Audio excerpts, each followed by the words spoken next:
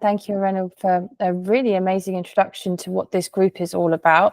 And I love your tradition to have us all come off camera. And that was really nice sort of way to welcome me as well. Like I saw some people on the train, some people with sparkling lights behind them. Like what a wonderful community you have. And I think it's a really nice way of bringing us together. But hi, everybody. Yes, my name is Nadia Edwards-Dashty. I have worked in the recruitment industry for 20 years now. By doing that, I've been able to gain vast visibility of who gets jobs, who gets promoted, how they get promoted, how they get pay rises, who doesn't get the pay rise, what happened in that conversation, who feels good in the workplace, who doesn't feel good, why do people leave the workplace, and could that workplace have done better for them?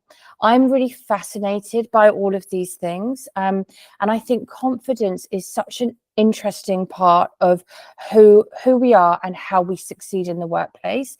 And I think my role now, having worked as a recruiter for so many years, is the Chief Customer Officer of Harrington Starr.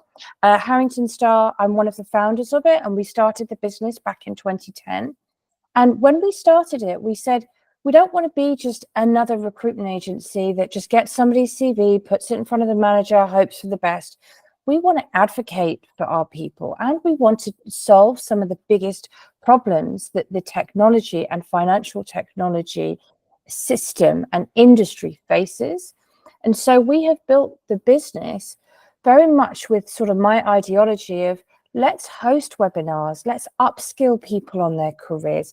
I've been running a podcast series for 5 years now. We've recently recorded our 440th episode celebrating senior leaders within the industry talking about inclusion within this space. And that podcast is called FinTech's DEI Discussions. I now write for Forbes on inclusion within the FinTech space. I wrote a book called FinTech Women Walk the Talk, Driving Gender Equality in Today's Modern Workplace. I'm very, very active. I always say I'm passionate about inclusion in technology and fintech, but passion gets you so far. I think being active is really important, and those are some of the things I want to talk about today. So that's the way I'd introduce myself, Julia. I'll let you carry on with any other bits you want to say. Amazing. Thank you. I'm already super excited. That's just brilliant. And so I'm going to start with your presentation, Nadia. Feel free to ping me if I'm staying too long on any of the slides. But yeah, so here we go. And Julia, I will just say next slide, please, when I'm ready. So yeah, everybody, sorry, if we could go back one slide, please.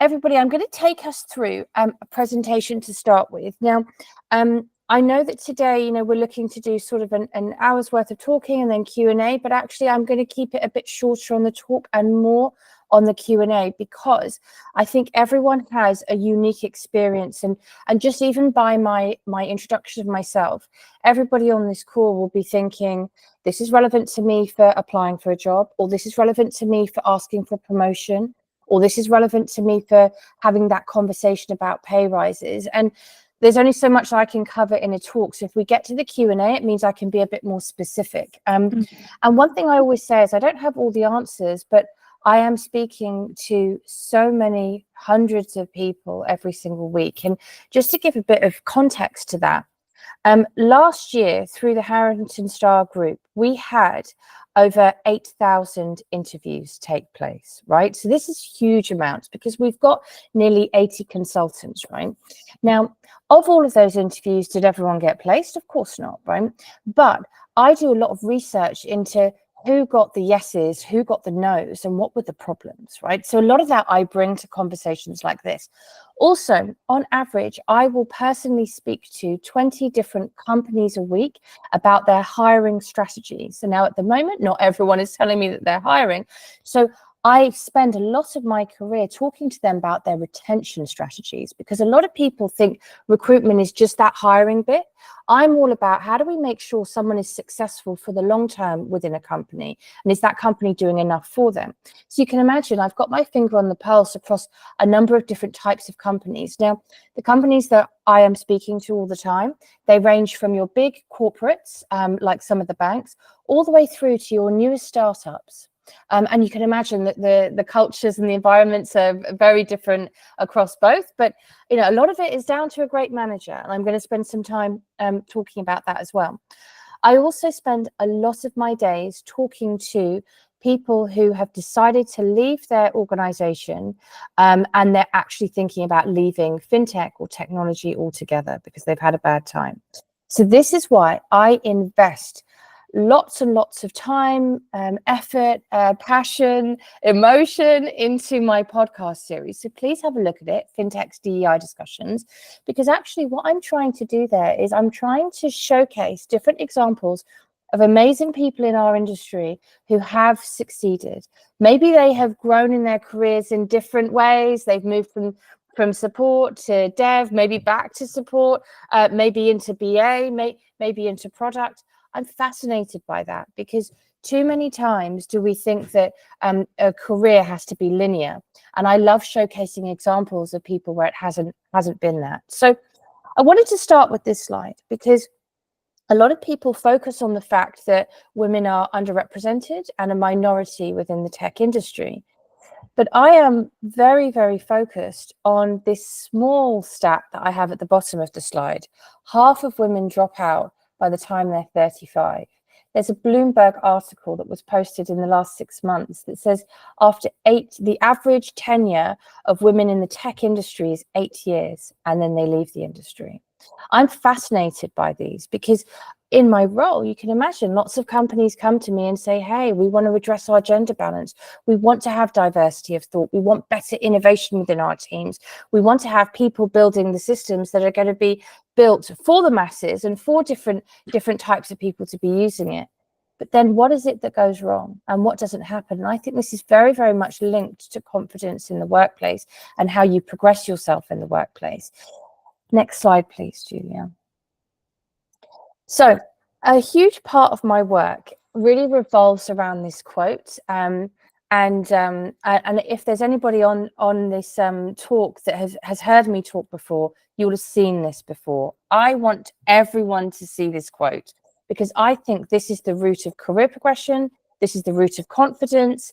I think this is the root of why we haven't solved the gender inequality conundrum in technology. The quote is, when a flower doesn't bloom, you fix the environment in which it grows and not the flower. And I just want us all to pause and think about that for a second, because alongside the fact that I've worked for 20 years in recruitment, it means that I've been in my working career for 20 years. And I remember 20 years ago, and I remember that the reason why women weren't in technology is because, women don't want technology roles. They're not interested in coding. The focus was all on what other people were saying women wanted, or anybody from a marginalized community. And that wasn't necessarily, the word marginalized community, it wasn't the vernacular back then. But it never sat right with me, someone trying to speak for me or speak for my gender without having done their research. And one thing I absolutely promise everybody when I do these talks is I've done my research. And actually this to me is how we solve all the problems around confidence, all the problems around representation.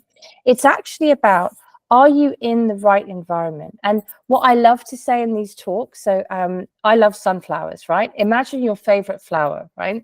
You've got it on your balcony or, next to your sink, maybe if you've got a garden, you plant it and it doesn't grow. What are you going to do? You're going to shout it and say, oh, you didn't want to be a plant, you didn't want to be a flower. No, you need to water it. You need to make sure it's in soil. You need to give it sunshine, maybe sing it a song, whatever it is. We need to look after that living, breathing thing, that flower. And this to me is so pertinent to people succeeding in the workplace, because how many of us in our careers over the years have said, maybe it's me.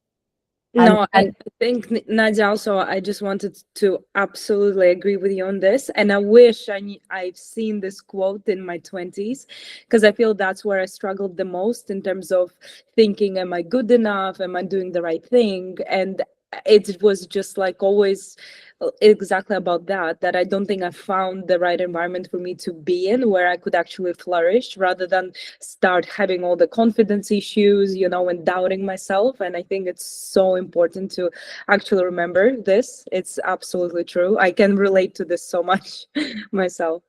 And thank you for sharing that, because I think like it's so difficult when you're in that moment, and you know what, this can happen at any time. Like, I've recently recorded a podcast special around confidence, and one of the women who spoke on that roundtable, she said when she was at the least confident in her career was when she returned from maternity leave.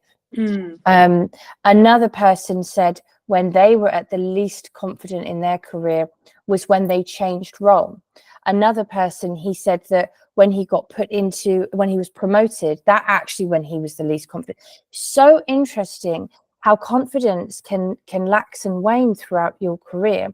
But that feeling of feeling alone, this is something that I really fight against. And this is why, I do my podcast, I wrote my book, I'm very active in webinars, because that thing of feeling, especially I think in coding, when it's so binary, this is the work that you have done, other people are reviewing it, telling you whether it's good enough, whether it's right, whether it's wrong. This environment is something that we need to work on. And especially if you feel the minority in that, it's very, very difficult to not think, oh, maybe it's me. And actually, a large part of what I want to talk about today is the power of community. When you know that you're not the flower on your own, there's a whole forest out there, and we're all out there with you. And I think that's what I loved so much about that picture at the beginning, Julian and Rena. I think that was amazing. So next slide, please. So I'm now going to take you through something that actually I shared with Joanna, who I think I saw on the call as well. So hi. I'm going to share something with you that I'm very, very passionate about sharing far and wide, because these are like the traditional career confidence tips that people will give you, that you will hear on your desk at work, you'll hear on the phone. And, my whole life, Nadia, go on, give it a go. Why don't you try that? Why don't you try this? And I'm thinking, well, I don't know how, and I think the really important thing just for me to tell you is when I first started my podcast, it was because a woman who was part of the European Women's Payment Network had met me for a coffee. I had told her about the amazing companies that I really liked that were doing good things for gender equality. This was in 2016. And she said, wow, you talk so passionately about this, and most people only highlight the bad. You're highlighting the good. I would love for you to come and talk for the European Women's Payment Network in Amsterdam next year. And I said, whoa, I don't talk on stage. I can't do this. I started to sweat in my hands. I started to feel sick. I was like, no way I can do this. She literally booked my ticket. She forced me over to Amsterdam. She basically put me on stage. And my boyfriend at the time, now my husband, he had to come with me. He took 2 days off work, and I said, you have to come with me. I was sick on the plane. It was, absolutely really difficult for me. If it wasn't for her getting me to talk about the good companies in the industry for gender equality, I would never have been asked the question on stage, what do I do to increase representation of the amazing network I have? Because someone asked me that, but in a environment of safety, not accusation, in safety, I said, wow, I do need to do more.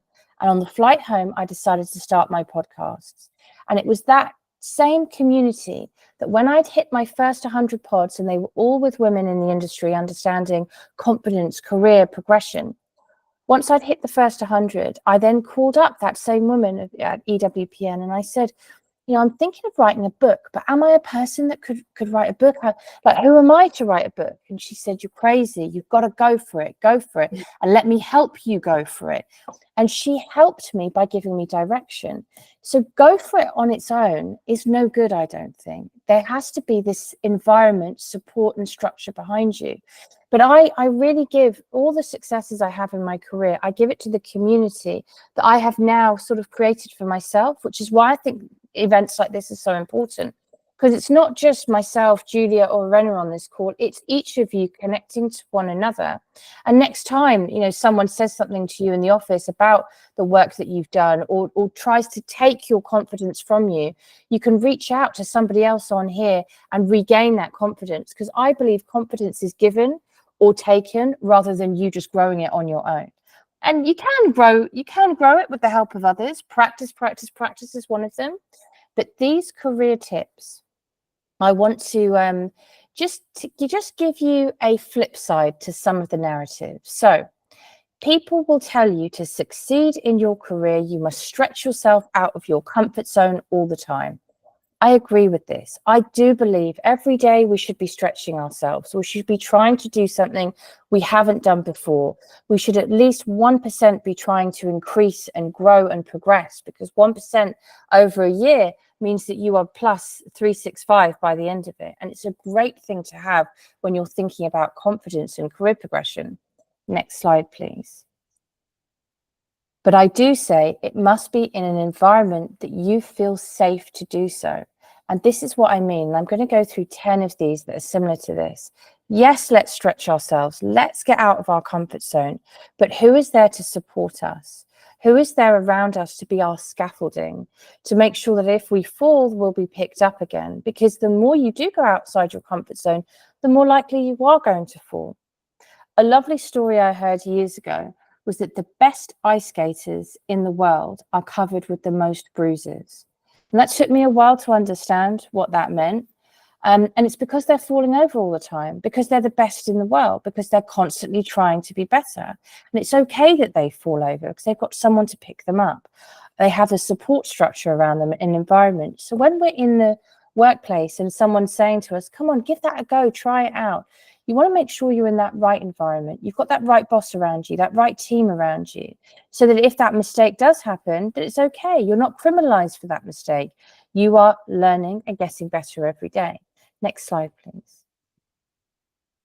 This is my favorite. Oh, be more confident, Nadia. Well, one thing I say is I'm not going to be confident in a room that I am confident isn't confident in me. And this is the one thing I would love everybody to remember about any session that you ever have about confidence in the workplace. I think it's easy for people to say, give it a go, try it out. And you know what? One thing I totally believe is, now that I have probably spoken on stages over 100 times, I don't feel sick anymore. Finally, like my hands still sweat, but I don't feel like I'm going to pass out, and that's improvement. And I am a big believer, practice does help. But there are some things that don't help. And just saying to someone, be more confident. I think it'd be much better if we said to one another, I'm confident in you. I believe in you, rather than you just be more confident in yourself. This is what I mean by reframing confidence in the workplace. We give and we take it from other people. So who's going to give you your confidence? Who's going to help you with your self-esteem? Next slide, please. So this is it. It's all about a group that is confident in you. And one thing I've learned in my career, and I owe this to my podcast series, especially the first 100 women that I did the podcast with. They are my group. They are my tribe. They're the women that have supported me and said, you can do it. And, I didn't realize that I could have that tribe outside of my workplace. I thought it was just me and, this bunch of guys, great guys. But I thought that was, that's what I had. But they weren't going to understand what returning to work would be like when you're still breastfeeding. They wouldn't understand answering emails while you've got a newborn baby with you, and it's not only about babies, of course, but it was something that, the guys, however helpful they were, they couldn't be there for me on. My group, I found external to my company, and I'm a big believer in this, that groups like this will give you confidence, because you can talk about how to ask for pay rises, promotions. You can talk about how you represent yourself in a meeting. I loved when Irena was talking about all the different things. It's not just learning Python, it's learning how to speak in public and practicing that in this safe environment. That's how you gain confidence, so that you can go out into maybe a more hostile environment, but with the confidence that you've practiced it here safely in a group that's confident in you and your learning. Next slide, please. Invest in continual improvement is a huge, huge focus, I think, for anybody in their career. What else can you do? How do you subscribe to every day? How do I improve this? How do you review yourself every day? This takes confidence, because for you to invest in continual improvement in your career, it means that you're reviewing, did I do that good enough? That takes a level of confidence. How could I do this better? It also takes a great environment to be in and people around you. So next slide, please. Invest in continual improvement in a company that invests in your learning. So again, rather than just saying, oh, you know, give it a go, keep on learning, keep putting yourself out there, is the environment and the company you're in, are they invested in you? And do they understand the learning curve? Is the group that you're in, is the community understand your learning curve? Because again, we know it's not a straight line. You don't just understand something overnight. Sometimes it can take a bit of time, a bit of patience, people having patience in you, people not taking your confidence away from you because you can't do something. I love sharing the example of before I had babies, I was really into kickboxing, right? I loved it. And I was terrible. Right. It took me ages to learn a sidekick. And I was in an environment where I was really, I was really scared about it. It was they were all massive bloke kickboxers and me, right? And I couldn't get this sidekick right. So I went home, I went back to my mates and I said, I need you to help me. Let's look on YouTube. I need you to help me. And I learned in an environment that I felt safe in. So that when I went back to the class that I didn't necessarily feel safe or confident in, I did feel more confident because I'd been practicing at home. And it's little things like this, that if you don't feel like you can continually invest in yourself, it may not just be you switching into it. Maybe about, how do I build an environment around me? How do I make sure that I'm in the right company? And that may not be the firm and the company you work for, but in the right company, the people that you have around you within that business. Because it doesn't necessarily need to be just your team. You could have somebody that you work really well with in a different part of the business. Lean on them, leverage their opinion, leverage their experience within the business too. Next slide, please. I totally believe in this leveraging of people across organizations or across industry, and getting a mentor is hugely important. I'm always encouraging people to do so, and also reframing what a mentor actually is. A lot of people think, oh, it means I need to go to the CEO of a business. I have learned so much from people entering the industry. I've learned so much from people being 30 years in the industry. And I think it's that switching on to wanting to learn from somebody else. But there's another stage to mentorship. Next slide, please. It's about making sure that a mentor is going to sponsor you, advocate for you, excuse you sometimes, give you grace, put your name forward when you're not in the room. Now, one thing I've really loved about just the vernacular around career progression in the last year is that there's been a lot of talk about this difference between mentorship, advocacy, sponsorship. And I think that having somebody that will put your name forward is super important. A mentor can just give you that other point of view. They can explain something to you. They can teach you something.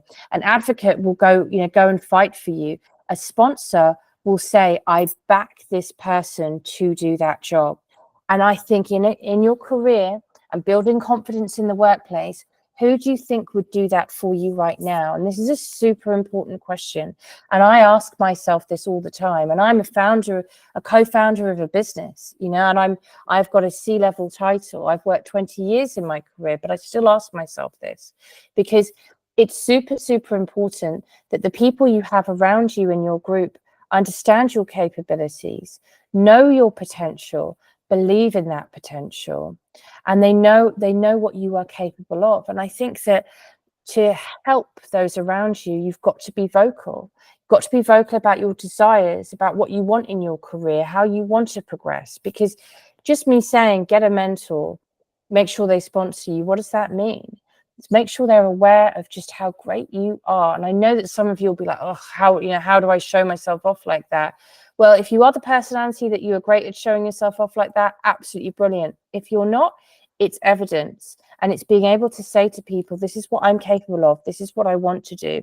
And we've got to practice that. And your mentor will help you practice that. But then they need to go and fight for you and make sure that the next time promotion is coming round, that your name gets put into that room. It's not just you putting your name forward for promotion. It's somebody else putting your name forward for promotion because you've been vocal about that's something that you want to do. We can go through some tactics when we get into the questions around that as well, because I'm really passionate about that. Next slide, please. Nadia, my apologies to interrupt you. I'm just going to quickly admit more people to our call. I think, here we go. Apologies. Gives me a chance to have a bit of my tea. Excellent. I love it. Here we go. All right. I think we all are admitted. Okie dokie. Okay. Going back. Here we go. Thank you. And then next slide from this one, please. Mm-hmm. Thank you. Now, my career tip number 5. Career tip and confidence in your career tip. Have a voice at the table, right? We've all heard this. We've heard this so many times. Have a voice at the proverbial table. Make sure that, you're the one speaking up, sharing your opinions, telling everybody what you think. Really easy for people to say this when, you've got to build your confidence in your career. But what does that actually mean? Next slide, please. On a table that will attribute the correct credit to you. This to me is yes, I can share the slide deck, and I'm in the process of writing some of these tips up, and I can share that as well. Now this I think is super important. A table that will attribute the correct credit to you. So many of us have experienced, and this is such a sad part of the industry, but so many of us will go, oh yeah, that's happened to me. You put an idea forward, everyone's gone, in a meeting or in a group at work, and everyone's gone, not sure about that. Then someone else, perhaps a more confident counterpart, sometimes more often than not, sadly, it's a male counterpart. They rephrase what you said, and the room suddenly says, yes, that's a great idea. And you're left there seething, thinking, oh my gosh, why, how is this happening? And what do we do? What do we do? We keep quiet, or we just get angry and we internalize that anger. This is why I think this mentorship, sponsorship, group, community is so important, because I made a promise to myself a long time ago. I will not let anybody be spoken over in front of me in a meeting, and I will stop and I will stand up for them. I will advocate them. I will sponsor them, and I will educate the person who's jumped on top of what they're saying. But also, I will listen, and I will actively listen. And if this happens in front of me, I will, without malice, without aggression, but I'll say, that sounds really similar to what Julia just said. Julia, could you tell us a bit more about what your idea was, please? And that's not me, doing it in a malicious way. It's just putting a line in the sand. We're not going to let this happen. And I think that, we can sit there, especially me with my recruitment hat on. I can say, right, you've got to find a company where this just won't happen. But this happens in society. This happens, at the restaurant. It happens when we're going out. It happens everywhere. So actually, who's going to drive the change? And, when I did my first page and I gave a bit of background to who I am, there was a phrase I forgot to talk about, which is walk the talk. I love this phrase. It's something, it's like a mantra to me now. I must not, and it's something I promised myself, I must not just talk about inclusion. I must not just talk about confidence. My cat is sitting right here, and I feel like she's about to jump on me. I'm really sorry if she does, everybody. Right, so I've got to shoo her away because I don't want her to attack me whilst we're on here. Sorry, back to what I was saying. My cat does the same thing all the time. Yeah, the time. I can see she's and then his face is my like hands are moving. Yeah. So she might, but she's gone now. Apologies, everybody. But yeah, this mantra of mine, walk the talk. I made a promise to myself a long time ago that I'm not just going to talk about confidence or be more confident or, give your career a go, but I'm going to walk that talk. I'm going to be really active and I'm going to be that change. And, a lot of years ago, someone said to me, yeah, you need to be the change. And I never really understood what they meant. That to me is be the change. If I hear someone's idea being cut, because of how they presented it, or because they presented it perfectly, but the room isn't used to listening to them, I've got to stop that and I've got to change that room. And that's my responsibility. And I really love that, because I think when we talk about careers and confidence, this is what I mean about the flower being in an environment where it can bloom. Like it's great that we can help one another. And I think it's super important that we have male allyship, people of all backgrounds and all genders, allyship to one another in lots of different situations, but active allyship.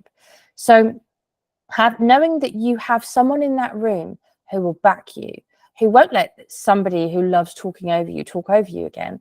Imagine the confidence you will feel compared to if you don't have that. So I always say, prepare for your meetings, know who's going to be in there, make sure you have your allies, make sure that when you have an idea that it's planned out and you're going to say it succinctly and clearly, really tweak exactly how you're going to present it so that 100% if your idea is ignored when you say it, but listened to when someone else, you got a plan to convert that round.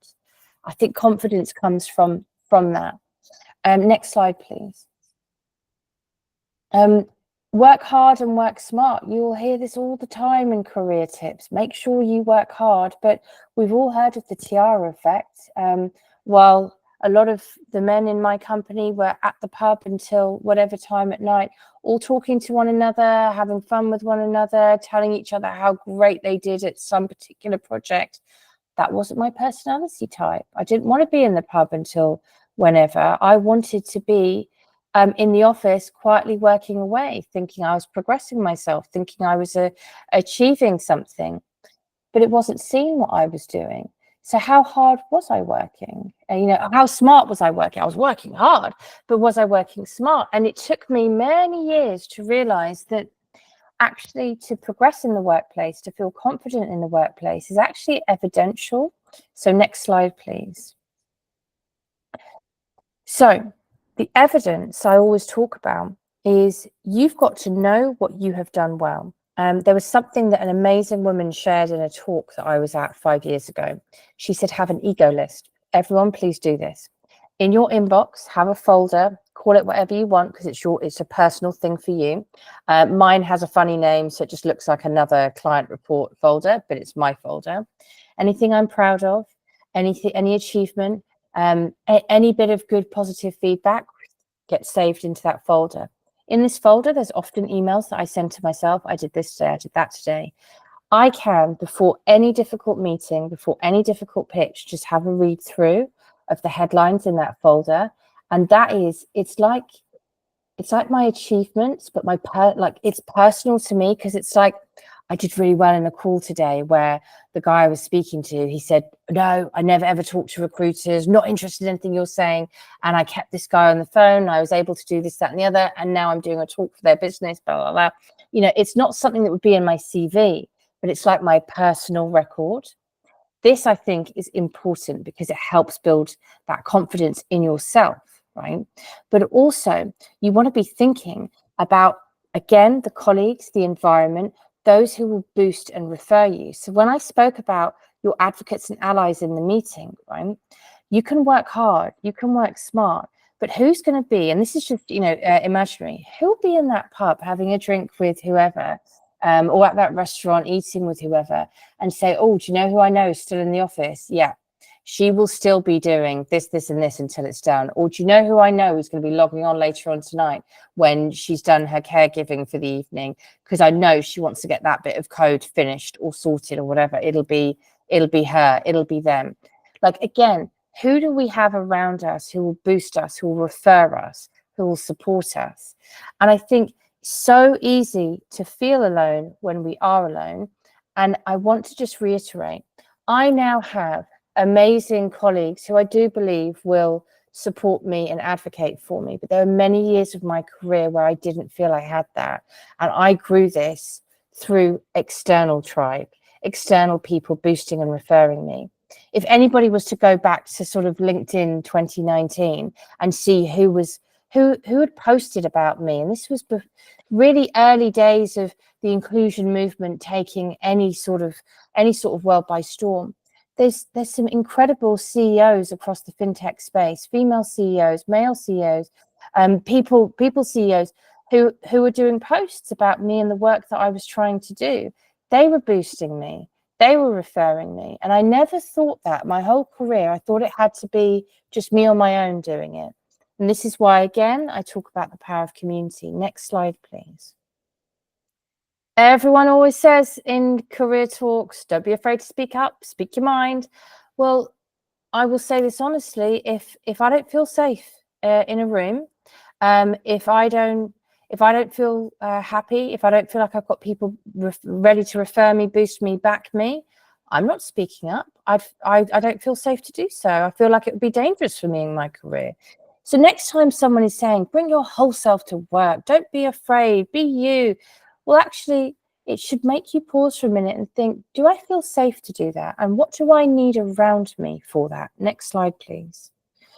In a team that will hear you, who in your team hears you? Who in your team, again, I don't want to sound like a broken record, will back you and excuse you? And I've said this a couple of times, excuse you.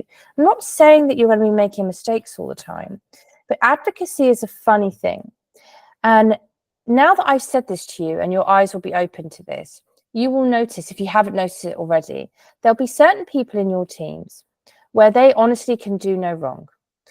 They could mess something up and somebody, maybe the boss, says, oh, well, it's because he's under a load of pressure here or he's got this going there. I'm not saying that any of us should be making mistakes, but all the steps that I've shown you so far, having somebody give you the benefit of the doubt, I think is crucially important within your career, because it's about potential, and any progression is about potential. And throughout all the interviews that I have researched, throughout all the reports I've read about funding, women are often asked, and marginalized communities are often asked, what do you do when things go wrong? And people in power and privilege are often asked, especially in funding rounds, and there's an amazing TED talk on this, male founders are often asked, what is the potential of this when it goes right? So their whole funding chat is about how great something could become. In interviews, how great I could be within this business. Whereas marginalized people are often asked, what would you do if this went wrong? And suddenly the conversation is going downward. The conversation is going into a negative spiral, not allowing you to talk about your potential, how far you could go, how much impact you could bring to the team, what you could do. And I want to just open people's eyes to that, because when you think about, am I in a team that will hear me? Again, am I in a team that will back me? Am I in a team that will want to see me grow and thrive? And one by one, you can pick that team, whether that's internal, external. I'd love it if we were all in teams where internally everyone was like, come on, you can do this, go girl, I believe in you. But sometimes that's not the case. And I spent many years of my career not feeling that. And I feel very lucky that I do have it internally now, but I had to grow it externally first. Next slide, please. Put yourself forward for that promo. My advice is always put yourself forward for that promo, right? And I know that's kind of contrary to what I've been saying, but my advice is look at what promotions actually are in your business. Now, what I mean by that, it's not just what next job title could I get, but actually what would progression and promotion look like to you? Could it be in charge of this project? It doesn't need to be that big shift up. What additional responsibility could you take on? What new thing could you be learning? What new avenue of responsibility could you put your hand up for? When there's opportunity to do that, how many times have we all gone, should have put my hand up for that, I've missed the opportunity. Follow up with that email, follow up with that meeting, follow up with that call to make sure your intent is clear. This is something I'm always saying to people. Make sure with evidence that your intent is clear. Yes, you may have missed this chance. There's always other chances. Make sure you're vocal about why you want to do that, what you would be happy doing. And actually, if an opportunity comes your way that makes you think, oh, I'm not sure, that could be a bit too much for me, I still think that is something that we should be giving it a go and putting ourselves forward. Putting yourself forward for that promotion. Next slide, please. In a firm where you have allies who encourage you and vouch for you. So it's back to the allyship piece as well. So when we look into the exact semantics of promotion, we all know it's not just down to one person. That one person will probably go and talk to other people in the organization. They will look at feedback from clients, perhaps. They'll look feedback from the industry. They'll look at your personal brand on LinkedIn. There's lots of layers. And this is why throughout this, I've been talking about evidence, giving yourself the evidence as well, so you can be confident, but also that evidence and that ego list that you write into that folder in your inbox. You should have lots of these in lots of different ways, where you are always at the tip of your tongue able to say why you are capable of doing the thing that you want to be doing. And one thing I've learned over the years is anything that I want to do that I haven't done before, I need to at least have 10 reasons there straight away in my mind that I could reel off as to why I should be given this opportunity and why I'm a great person to be given this opportunity. And that is something that I was never prepared for many years of my career. I'd get upset, because I sort of built my confidence up to be able to say, oh, can I try this? I tipsy-toe around the subject rather than saying, I think I should be the person that should run this project moving forward. Let me tell you a couple of reasons why. One, I'm super excited to do it. And I think out of all of us, I'm the most excited. Two, I've done a couple of the smaller projects, and I think now I'm ready to take on this bigger one. Three, when that last problem happened within the business, I was the one that got to it first and fixed it. Four, being able to talk like that has taken me absolute years. And this is why in conversations like this, I want to say it, and I want to say it early, and I want to make sure we're taking that away, because I think this is the stuff that enables us to get recognized more, that enables us to get promoted more, because we're prepared. We're preparing ourselves with the evidence for promotion. And alongside that, when we go and ask for pay rises, we've got reasons of why we should be given that pay rise, because I did that project. I fixed that problem. I've got this, that, and the other that I can reel off to you to say why I think I'm ready for that pay rise, why I think I'm due that pay rise. And if you don't get it, it's then the conversation around, okay, what do I need to do next? Next slide, please. I think I've started talking about my next slide. Anyhow, companies, especially nowadays, are constantly talking about values, aligning yourself to the values, make sure that you are culturally a good fit to the business, that you want to, give it your all, go the extra mile, all of this sort of stuff. But let's remember, next slide, please. In a company that will value you, and please, this is something, and I know right now, there's been lots of tech layoffs. I know that there's been, look, I work in recruitment. I know what's been happening for the past 2 years. I'm a big believer that things are starting to improve and more opportunities will be out there.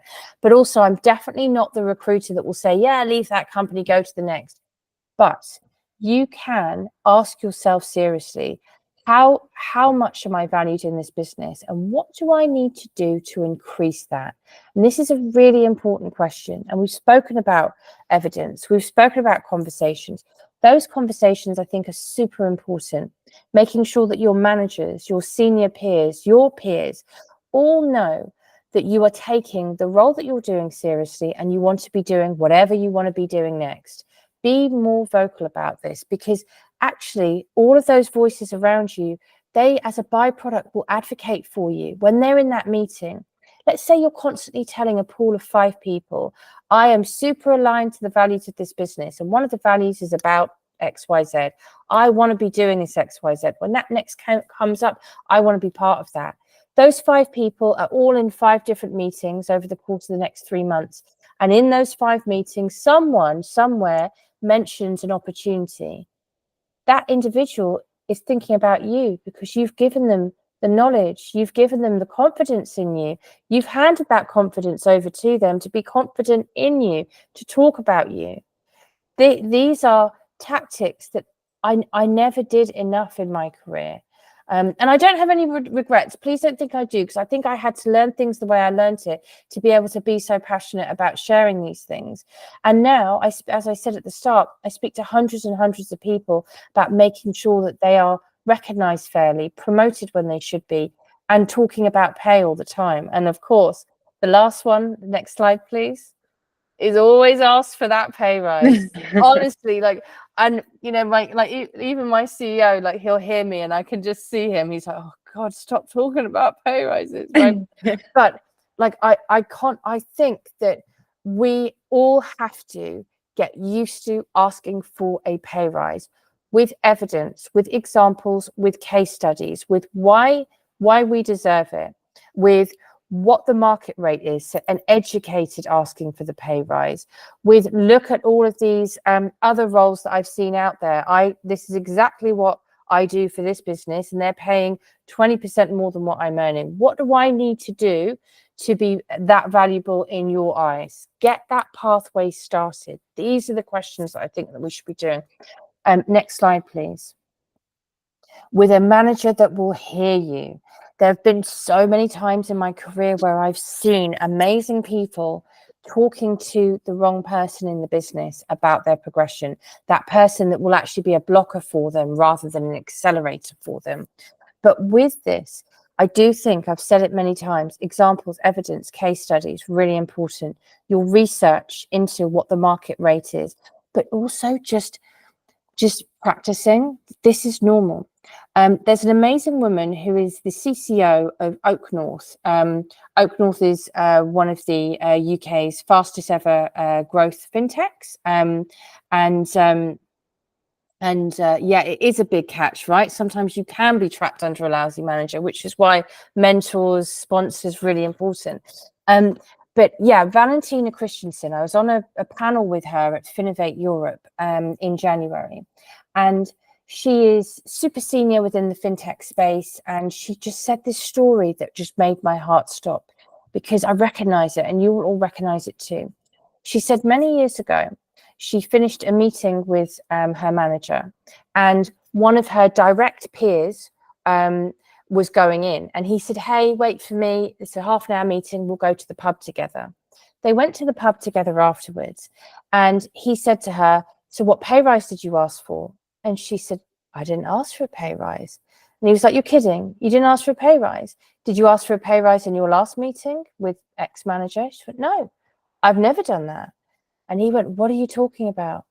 In the last 10 meetings, I have always asked for a pay rise. And I just, when Valentina said that, I was like, wow, how many of us just don't realize this? And, you know, there's been so many stories over my career that I've spoken to these amazing women across the space who have left companies because they found out that their male counterpart is earning 20 grand, 30 grand more than them. That individual's been asking every single manager meeting, whereas they haven't. And one thing I'll always say is I never, ever blame the individual alone, right? Because of course we should always be asking, but at the same time, there is evidence and there's reports. PwC has written some really good stuff. I've quoted them in my Forbes articles around actually when you have the same number of men, women, and them asking for pay rises, who's more likely to get the pay rises? And I think it's really, really important that that doesn't turn us off asking. It means that we get better at asking, and that we work harder at our preparation for asking, and actually just getting used to it being part of the conversation. So that is always my last point whenever I give career tips. I'm always like, get used to having that conversation. Let's work on getting better on how we prep for that conversation.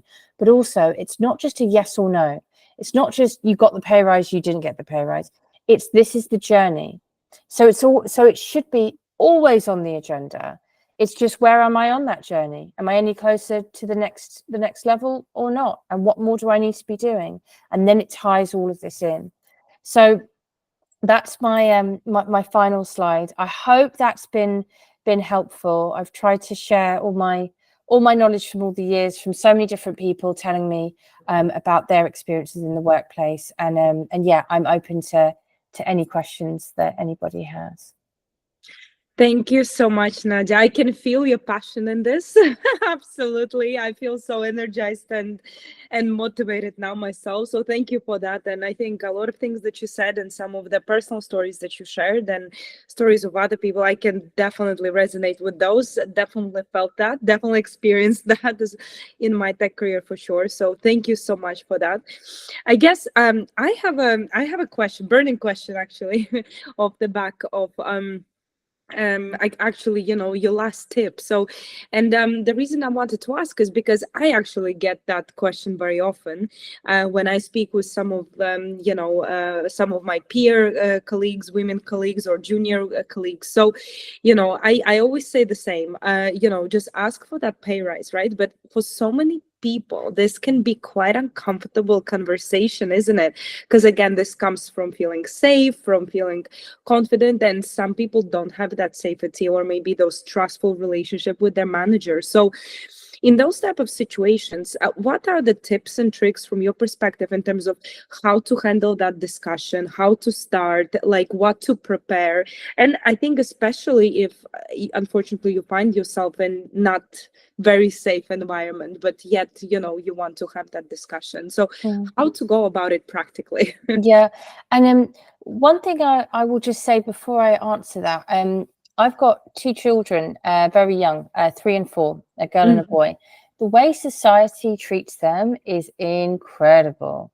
He is always like, we could be at the park. Oh, look, yeah, jump high. But to her, be careful, be careful. And this is people like, I'm like, please stop talking to my children because this is dangerous, Like, why? Like, society is kind of training my daughter to be risk averse, and it makes me think a lot about asking for pay rises because I've worked in recruitment, as you all know, 20 years. If I have to now go and negotiate my pay package tomorrow with my CEO, I feel sick, right? How crazy is that? I've spoken about everybody else's money for years, but I feel sick, and I've given myself a bit of peace with that because I've been trained my whole life not to think that I can do it. I've been told my whole life not to talk about money because it's crass. But the males in my family, they can talk about money, but for me, no. So this is sort of breaking a lifetime and a society of habits. And it's not just our habits and how we ask, it's also how the habits of those people receiving it, which is why I think we need to give them the best chance possible to receive it well. So some of the really great ways I've seen it happen, especially when people are nervous about it, is actually having the meeting booked. So, like just sort of tapping a manager on the shoulder. Oh, can I have a chat? Oh, by the way, can I have a pay rise? It's a bad start. No wonder you don't feel confident because it's just a drop in the ocean, right? So let's start it well. So actually saying to a manager at the end of a session that you're with them or whatever, hey, I would like to book some time in with you. If you've got other people around you, you say, I'd like to book some personal time in with you. And you can be vague about my career or something like that. Or sending an email and saying, hey, I'd like to book in a conversation with you. I'm really loving the work that I'm doing at the moment, but I think there's so much more I can give, and I'd like to have a conversation around that. What a lovely way. Like, this is positive. It's about moving forward. It's about adding more value to the business. It's also about making sure that that's an equal footing, right? But I think getting that time in is number one, right? Then when you go in there, and you talk, like it's going to be just that sort of chit chat about the weather to begin with, and then it's almost like that formal introduction. So thank you so much for your time today. As I said to you in the email or in the hall before we had this meeting, I wanted to talk to you about how I can progress within this business. As you know, I've been here 9 months, I've been here 18 months. I joined at this level on this pay, and there's so much more I think I can give. Over the past however long, I have been achieving this, that, and the other. So I wanted to talk to you about a promotion and a pay rise and what we need to do to get me in line to be able to get those. Saying something like that then allows for a conversation, because I think a lot of people go into this, they're like, I think I'm due a pay rise. The manager then looks at them and goes, okay, I'll need to go away and have a think about that. You chat the breeze for 15 minutes, you don't feel good, they don't feel good, and you've achieved nothing. Whereas being able to give them this warning that we're talking about progression and to be able to start it as a journey, you're going to feel more confident because it's less pressure on I won or I didn't win.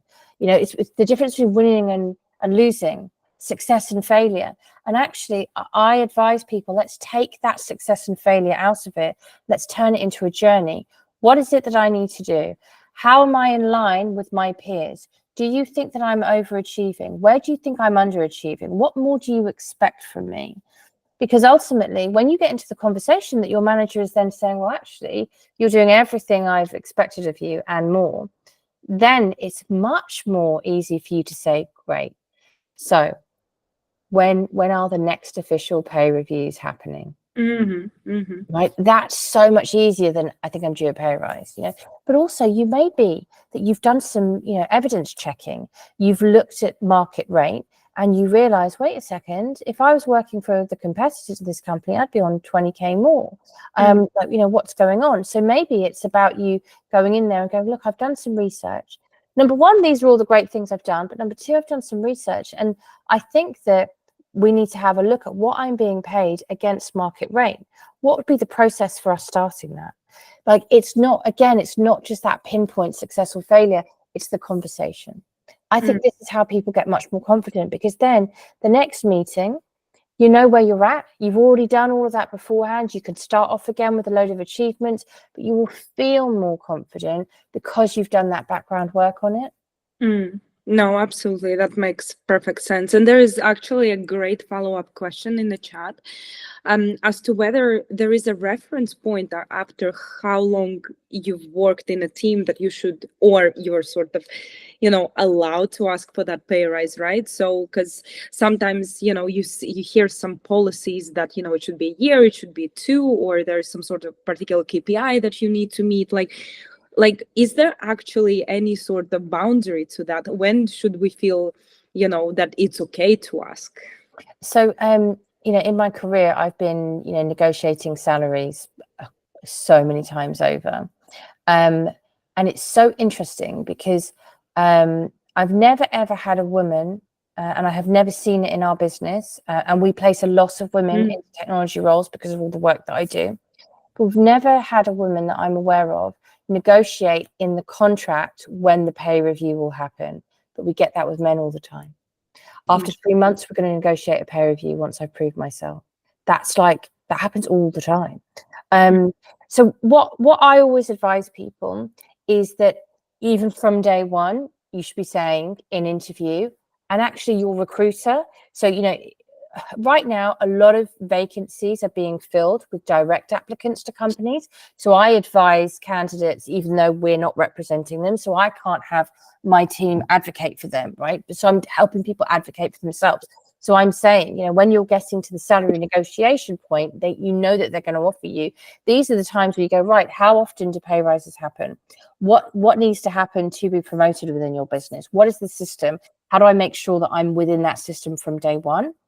So that can answer, you know, when you're at your next place. But if you're in a place right now, if you're 6 months in, you can be starting this conversation. I 100% believe it. And many companies will say, no, we only look at this once a year. You'll get loads of stuff like, oh, we only look at it in, you know, like we're in July now. So they go, oh, we only look at it at July 1st. You're like, okay, great. So I've got to wait a whole nother year, do I?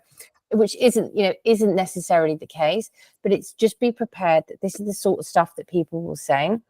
I do think right now we are coming into the tail end of a downturn market. So budgets have been slashed, lots of tech cuts. There's a lack of confidence in the industry. There's high risk. A lot of people don't want to be investing into people right now. But I do think we're at the tail end of that.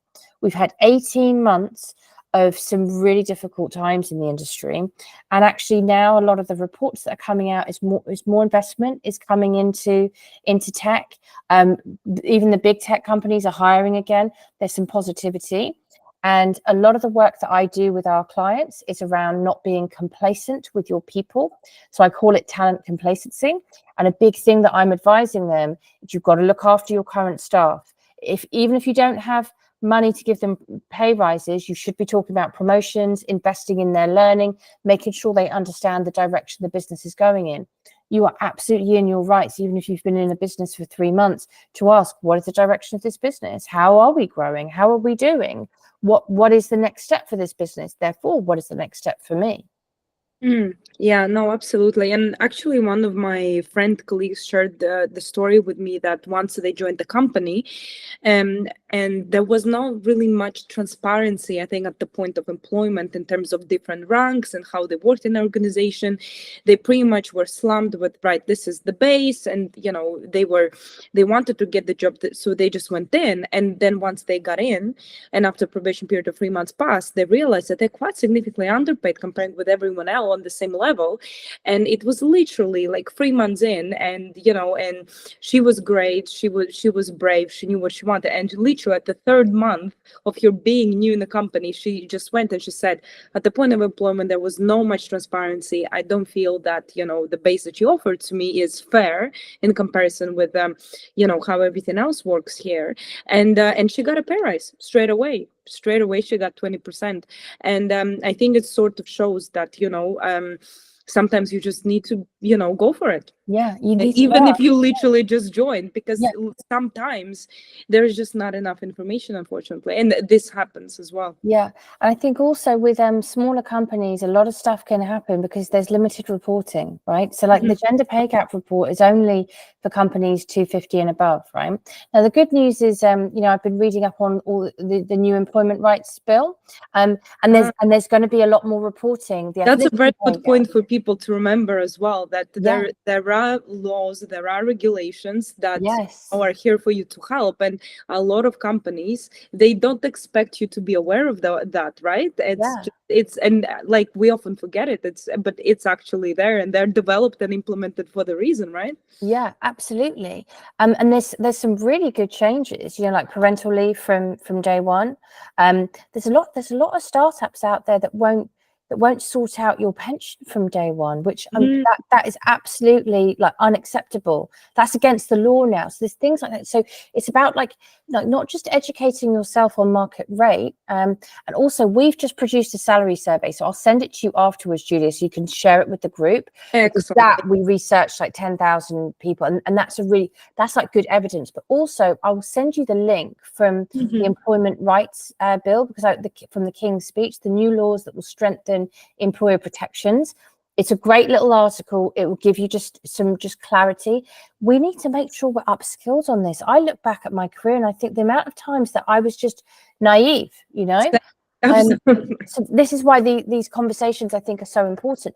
But also, right, imagine if everyone on this call, like in the next couple of weeks, everyone pairs off into twos and just practices, like pretend that's your manager, practice how you'd be saying it. That is how you build confidence. You're practicing in a position of safety with someone that that's going to boost you, and the advice they give you, they've got your back and you've got theirs. It's things like that I think make a really big difference. No, absolutely. No, that's great. But no, thank you so much for your contribution and insight on this topic, because I personally, it's uncomfortable discussion, but we have to own it, and we have to look after ourselves. So it's just one of those things, and the more we will speak about it, even in the groups like that, the more confident we will be. But yeah, so we spent significant amount of time speaking about the last point, which I think was one of those tricky ones, but you discussed all the other points obviously as well. And I guess my question is to the group, do you guys have any other questions to Nadia in terms of any other points, or just any other thoughts or concerns that you wanted to share, so we can discuss in this friendly, safe group?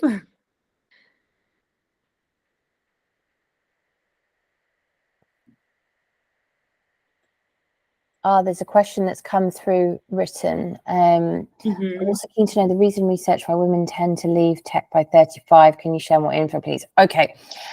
Please do not attribute this to the fact that that's childbearing age, because I can't bear it. Like whenever I go and speak to companies, they're like, oh, but it's because they go off and choose to have babies, right? Like, no. Like, yes, that is one of the things, right? But actually, I think there's many things in the industry that we need to work on. So community obviously is something that I'm really big on. I do think we need to have better parental leave support and shared parental leave support. I think we need to have better programs for women returning to work with children. I think the government needs to do way more for kids in nursery. Like you'd all be shocked how much money I spend on nursery. It's untenable. It's absolutely untenable. You can barely survive. It's so expensive. I don't think that's the only reason. I think that the actual larger issue are the three things I've already spoken about. And the reason why I can tell you these three things is because of the 440 podcasts I've now recorded, of the fact that I speak to at least 20 women and non-binary people a week, or people from marginalized communities about why they're leaving, what they're unhappy about. And it really comes down to these three things: the pay, the promotion, and the recognition. So that being spoken over. And like, that's spoken over in meetings. I saw lots of people clap when I was talking about that, because everyone felt it. We've all had it.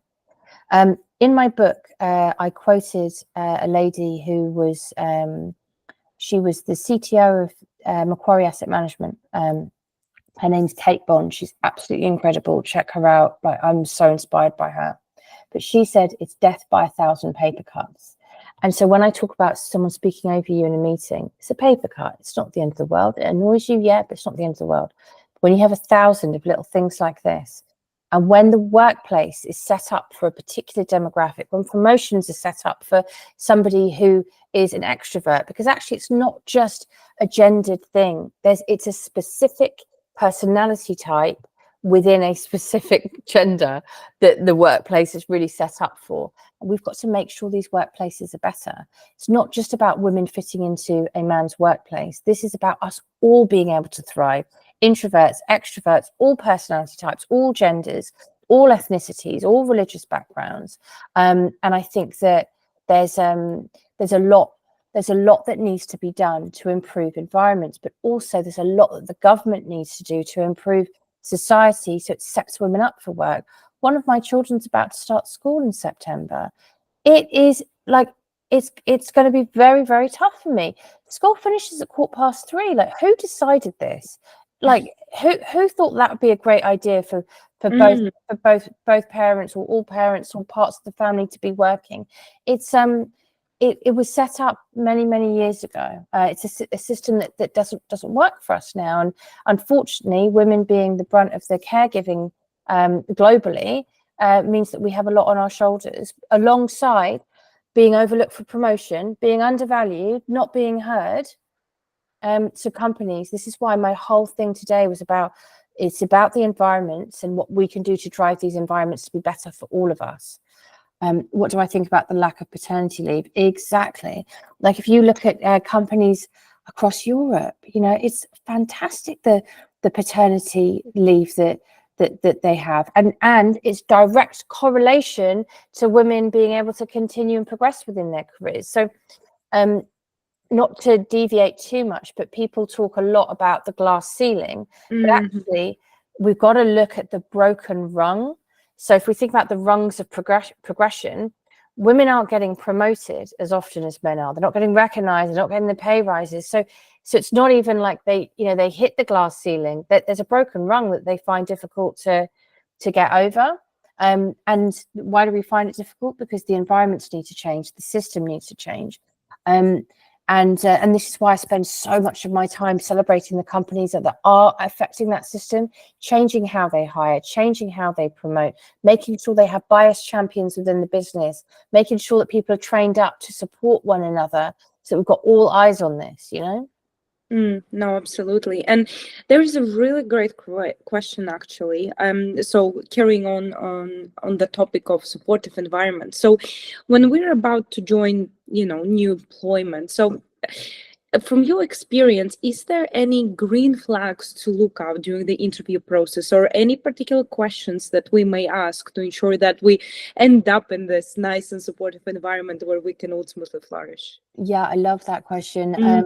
I think always asking like who's the last person you promoted and why, and what was the system of that promotion. I love that question because That's you great. find out so much. I think also asking about what was the last example you can give me of someone that tried to do something they hadn't done before within your team. So you get to see like, you know, what sort of support do people get, and are people being progressed within this business? Like I'm very much around that side of things, like just to see like how this has happened before. Also asking about problems. What happened with the last person that didn't work out in your business, or who was the last person that left your business, and actually understanding how they feel about that, because if it's a good leaver, that says a lot, you know. Like I believe that the best managers out there will understand that people are going to leave their business, Absolutely. that they've done great, they are leaving them better than when they join them. And I love that for people in our business. Like I'm super proud when they go and start up their own recruitment agency. I'm like, wow, like without like what we did for them, they would never be now the founder of their own business. You know, I love stuff like that. So I think that's very very interesting, just to see also like how comfortable a manager feels in talking about all of this sort of stuff, because this is the real stuff, you know. It's not just coming in and doing a job. It's, you know, how confident you feel in doing that job, who's around you, who's going to support you. Yeah.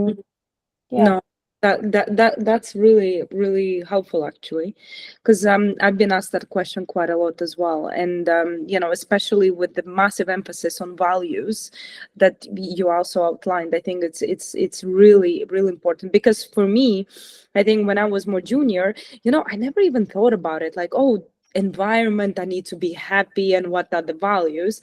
And actually, not like the older I get, and the more, you know, senior I get in my role, that actually is the only thing I care about. Yeah. People and the team, and just ensure that, you know, I work in a pleasant environment, because it's, you know, most of my day I spend there, like more than half of my life I spend at work, and people is so important. You want to be, you know, supported and understood, and you know, and it's just really important. Absolutely. Yeah, I think it's about thriving in the workplace, right? And like I think companies too often forget that, you know, especially when they're thinking about recruitment and retention. You know, just even calling it recruitment and retention, it sort of makes it so transactional. This isn't just about someone sat in your business and how long they'll be there. It's about, do they feel like they can thrive? Are they excited when they walk through the door or when they log in? Do they feel happy to be there? Because I totally believe in like the percentage increases of just how well you do something when you're feeling good about it, rather than all the time that is lost and all the stress that is gained when you're not happy, when you don't have people that have your back, when you have been spoken over in that meeting, or you feel like you've been undervalued or mistreated.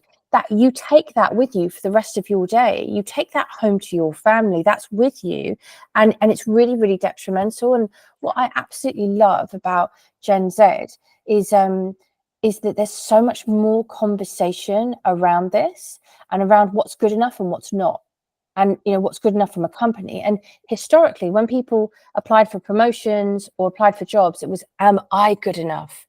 Or will I impress them enough? You know, panic. No, will they impress you enough? Is this company good enough for you? Will they invest in you enough?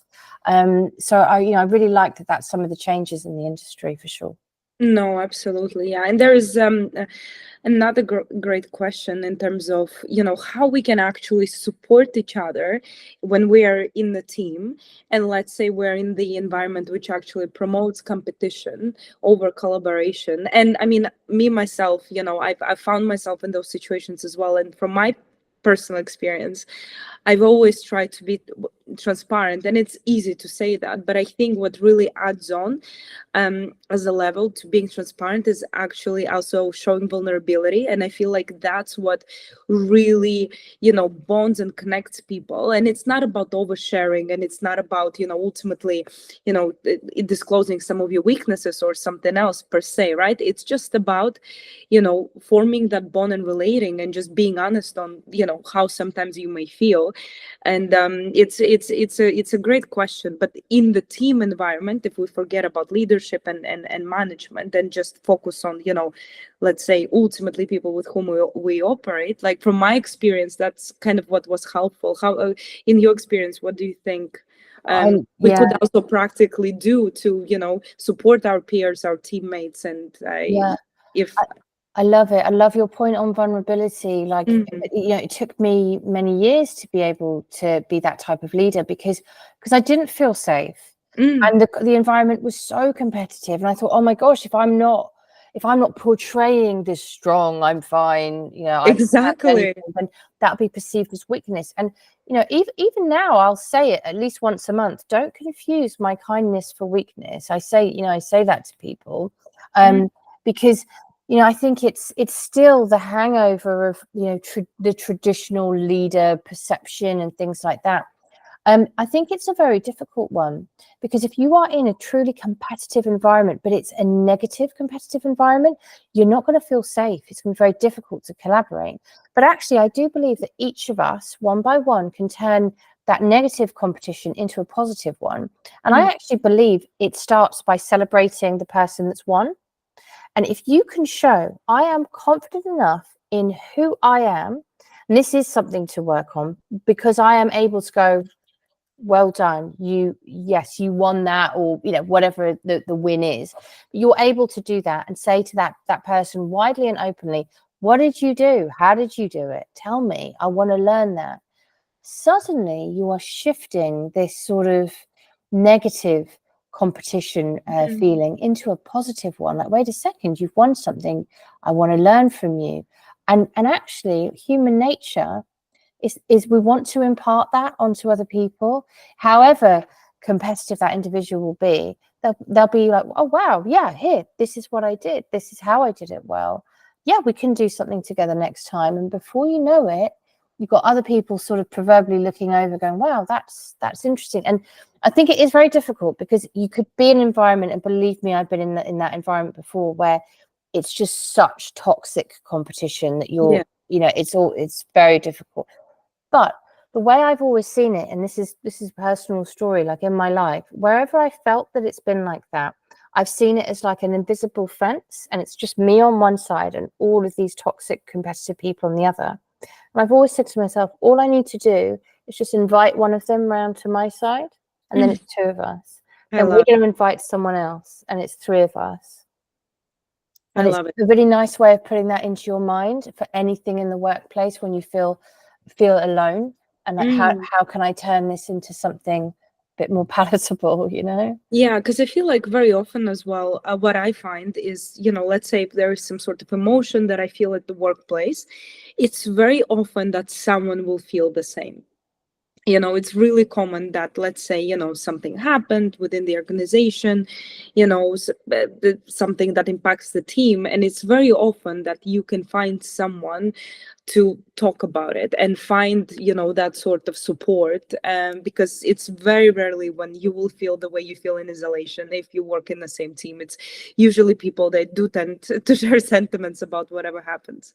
So it's just, going that sort of extra mile, I guess, and actually inviting people to over your fence by being transparent and open up and, sharing that vulnerability in a, empathetic and professional way, I guess. So yeah, absolutely. Yeah. So Larissa has a great question, and I can personally relate to it as a woman in tech for sure. So any tips on facing imposter syndrome as a woman, especially when pivoting careers into a new industry? So I guess in Larissa's case, from healthcare to data science. Yeah. I can definitely give some tips, like learnt from personal, but also just when I've helped so many people, especially like going onto stages. So I do a lot of talking to people about how you can prepare to go and talk on stage. And, you know, the imposter syndrome kicks in, because you're like, oh my gosh, what, like, who am I to, you know, that's, you know, that feeling. But actually, I'm all about reframing it, and you saying to yourself, this is my responsibility to bring this to the table. So just from the few words that Larissa's written, moving from healthcare into data science, you will have a healthcare perspective that loads of other people will not have, and they need to know that. So your imposter syndrome must disappear, because they need you, and it's your responsibility to impart that knowledge onto them. And if you just let yourself settle into that, you'll be super surprised on how you can start to shake that off.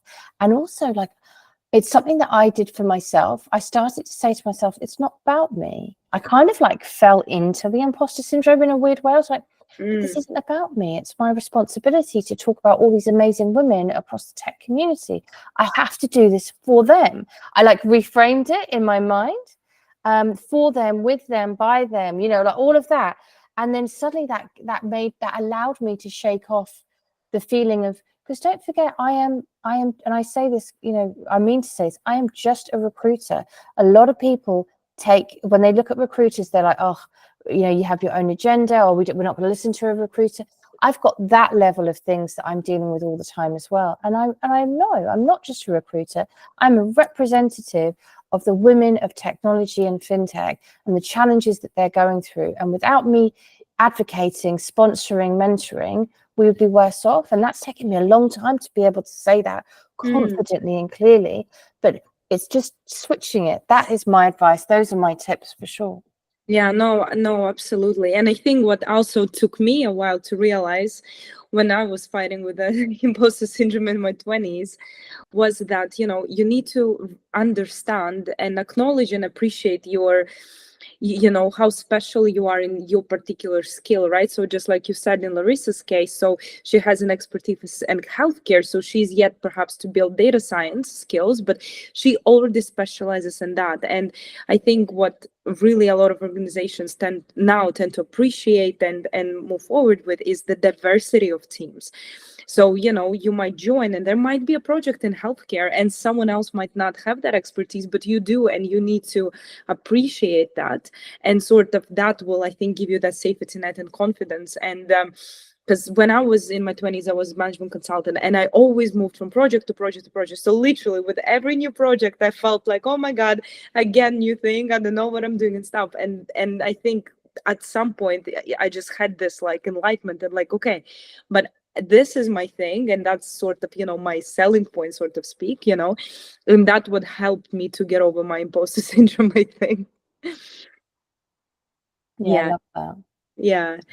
Excellent. Well, I'm conscious of time. We've been great. It's 29 minutes past 8. I just wanted to say, Nadia, a massive thank you. I'm sure everyone feels the same as me. It was incredibly, you know, amazing to meet you. You're so energetic and passionate, and you know, I feel like we could speak with you forever because I can tell there is just so much that you could share. And I've personally started following you on LinkedIn, and I already yes, please, yeah, so much from all your content, and thank you so much for taking time to share all of your expertise and knowledge and promote you know, all the initiatives and information that you do. And thank you for all the hard work that you do for women in tech.